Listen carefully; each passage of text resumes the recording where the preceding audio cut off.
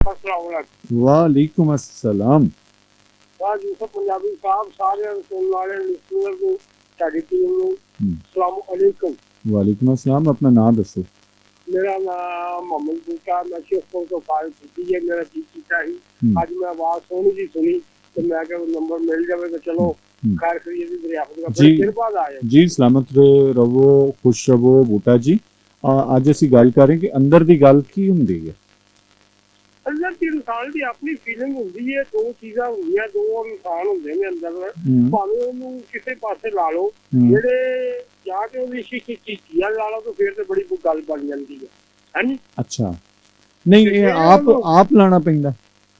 ਹਾਂਜੀ ਇੰਤਜ਼ਾਮ ਆਪਣ ਇਨਸਾਨ ਦਾ ਜਿਹੜਾ ਫੀਲਿੰਗ ਹੁੰਦੀ ਹੈ ਅੰਦਰ ਦੀ ਉੱਤੇ ਡਿਪੈਂਡ ਕਰਦਾ ਹੈ। ਨਹੀਂ ਕੁਝ ਐਸਾ ਤੁਸੀਂ ਸੋਚਦੇ ਹੋ ਜਿਹਨੂੰ ਅਸੀਂ ਕਹਿੰਦੇ ਕਿ ਅੰਦਰ ਦੀ ਗੱਲ ਹੈ, ਕਿਆ ਉਹ ਅੰਦਰ ਰੱਖਣੀ ਚਾਹੀਦੀ ਹੈ ਕਿ ਉਹਨੂੰ ਬਾਹਰ ਲਿਆਉਣਾ ਚਾਹੀਦਾ?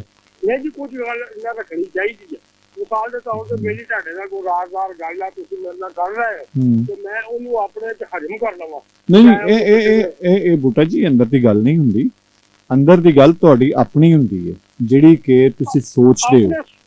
ਹਾਂਜੀ ਜਿਹੜੀ ਸਟਰੋਂਗਲੀ ਫੈਸਲੇ ਹੁੰਦੇ ਆ ਨਾ ਜੀ ਉਹ ਲੈਣੇ ਚਾਹੀਦੇ ਨੇ। ਉਹ ਮਤਲਬ ਕਿ ਰੱਬ ਦੇ ਫੈਸਲੇ। ਅੱਛਾ ਇਹ ਤੁਸੀਂ ਮੇਰੇ ਖਿਆਲ ਕਿ ਅੰਦਰ ਦੀ ਗੱਲ ਤੋਂ ਬਿਲਕੁਲ ਹੀ ਜਿਹੜਾ ਨਾ ਉਹ ਸਾਈਡ ਤੇ ਹੋ ਰਿਹਾ ਸ਼ਾਇਦ। ਹਾਂ ਜੀ जी बहुत मेहरबानी। सलामत रहो, सलामत रहो, सलामत रहो। जी बिस्मिल्लाह। जी जी जी। मैं तो कहांगा मतलब ਤੁਸੀਂ ਬੜੇ ਮਹਾਨ ਕਾਰੀਗਰ ਉਹ ਨਾ ਨਾ ਨਾ ਮੈਂ ਕਿਹੜੀ ਮੰਜੀਆਂ ਪੀੜੀਆਂ ਠੋਕਣਾ ਵਾ, ਮੈਂ ਕਿਹੜਾ ਕਰ ਨਹੀਂ ਜੀ ਸਾਡੇ ਆਸੇ ਤੋਂ ਬੜੇ ਸਲਾਮ ਦੀ ਜਗ੍ਹਾ ਹੋ।